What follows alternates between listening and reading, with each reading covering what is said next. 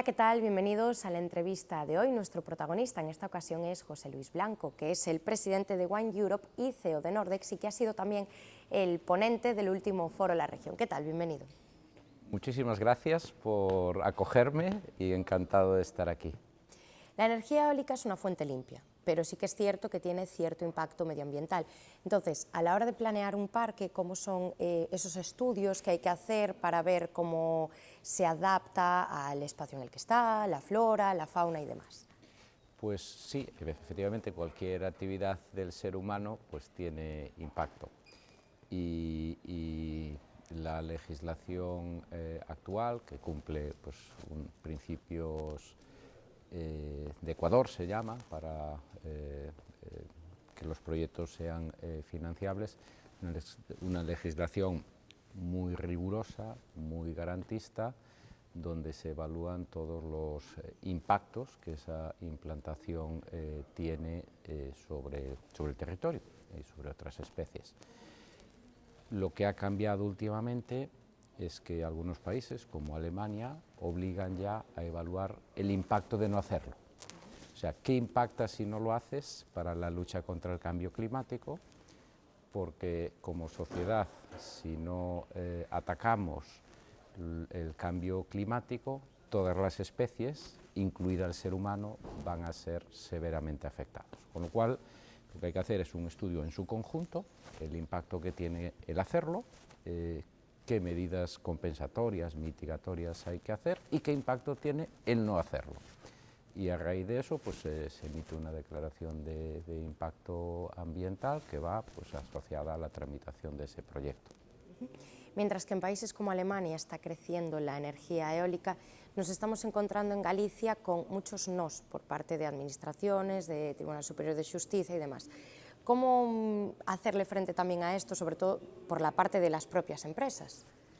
Bueno, las empresas tienen la responsabilidad también de hacer una comunicación activa en conjunto con la sociedad civil y con la administración de las bondades de esto para la sociedad.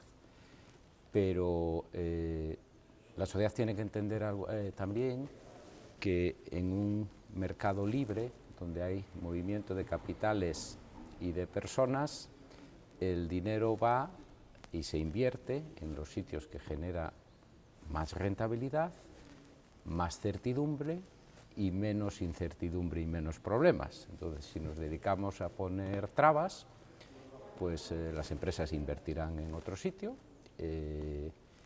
y acabaremos siendo pues, una sociedad dependiente, como lo somos ahora, de importación de recursos fósiles, con un impacto negativo en el clima, con un impacto negativo en la economía, con un riesgo importante en la inflación que nos afecta a todos, en la dependencia energética y en la balanza comercial. Entonces, aquí hay una oportunidad de invertir en el que todo el mundo gane, gana el cambio climático, gana la economía, gana la balanza comercial, gana el desarrollo económico, gana el poder atraer industria que consume energía, o poner trabas y evitar que eso pase, como últimamente está pasando, y esa inversión pues irá a otro sitio, dentro de España o fuera de España. En un mercado global de la energía, pues el que sea capaz de producir de manera más eficiente, pues producirá los combustibles renovables del futuro. Y eso puede ser Brasil, Estados Unidos, Marruecos, España, Galicia. Entonces hay que dejarse de demagogia y hablar claro, y hablar factual, y hacer, resolver, construir, avanzar. En lugar de negar lo obvio y poner, porque la legislación es la misma. O sea, la legislación europea que se aplica en Alemania es la misma legislación europea que se aplica en España y en Galicia. Las empresas que desarrollan proyectos en Alemania son las mismas, los técnicos que hacen los informes son los mismos. Entonces, si en un sitio se aplica una legislación europea y se pasa de 1000 a 6000, y en otro sitio, pues como es el caso de Galicia, pues llevamos 10 años sin hacer nada, pues no seré yo el que se ponga a criticar a nadie, porque no me corresponde a mí. Yo, Ánchez Castilla, el mundo es muy amplio y si no vendo en Galicia, pues vendo en otro sitio. De eso quería hablar precisamente, hablando de impacto económico. La gente que nos ve muchas veces pues no es consciente del impacto económico que tiene una instalación de este tipo en un lugar cercano a donde residen.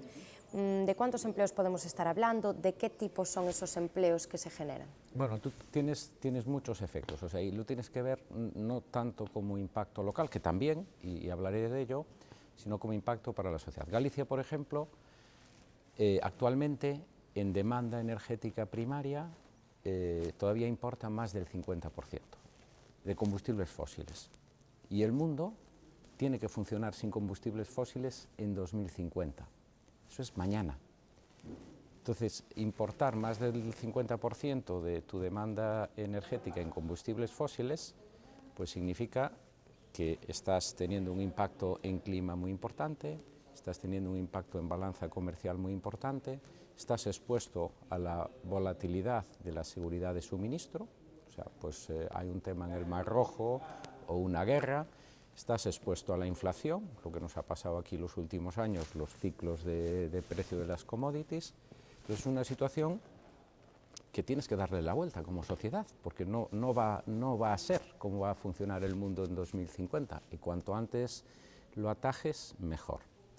Eso como sociedad pues tiene unos beneficios económicos evidentes, si logras hacerlo aquí, porque toda esa demanda de energía primaria que la sociedad va a consumir en el futuro, que no va a ser gas, que no va a ser petróleo, pues en algún sitio se va a producir.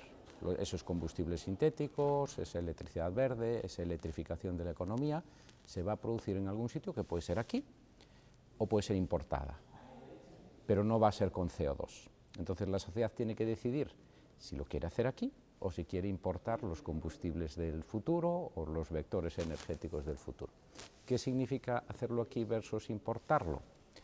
Pues significa desarrollo económico, o sea, mucha movilización de capital, con los consecuentes impuestos. Pues si decimos, no me sé los datos concretos, pero digamos que en Galicia que tenemos que duplicar. O sea, en Europa estamos diciendo que hacemos 18.000 megavatios de energía eólica este año, se han hecho, y eso es un paso enorme, pues eso moviliza como 30.000 millones de inversión, y eso es la mitad de lo que Europa necesita para sus objetivos. Bueno, pues asumamos que aquí tengamos que duplicar lo que ha instalado de centrales hidráulicas, de centrales renovables. Pues eso moviliza miles de millones de inversión para la sociedad, con el consecuente pago de impuestos. Luego a nivel local, donde y empleos. Yo mismo soy el fruto de eso. O sea, yo empecé trabajando en el año 97 como gerente de una fábrica de palas que se instaló en el Ayuntamiento de Somozas, fruto del plan eólico gallego, de los primeros gobiernos de Fraga. Y ahí trabajé y me fui a Estados Unidos, y conmigo muchos compañeros y muchas empresas que hoy generan empleo y pagan impuestos. Bueno, esto es una anécdota, pero que explica el desarrollo que esto tiene para la sociedad. Y si vamos al tema local, del impacto que tiene esto en un ayuntamiento y en sus vecinos, pues hay primero una licencia de construcción, segundo, un impuesto de actividades económicas, tercero, un arrendamiento de terrenos que generalmente, por lo que yo entiendo, es en unas condiciones muy superiores a la productividad de esos terrenos en condiciones de mercado. Cuarto, empleos locales.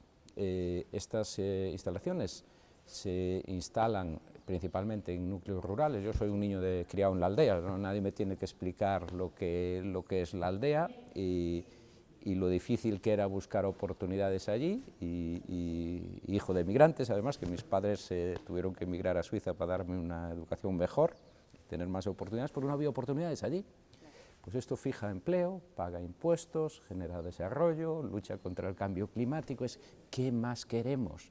O sea, no podemos ser que Dios le dé pan al que no tiene dientes. Pues muchísimas gracias, José Luis, por acompañarnos hoy. También recordarle a los telespectadores que si quieren ver una ampliación de esta entrevista pueden ver el foro en la página web de la región y también a través de YouTube. Muchísimas gracias por la oportunidad y por tu tiempo, muy amable. Muchas gracias. Y gracias a ustedes por estar con nosotros en un programa más. Nos vemos en el siguiente.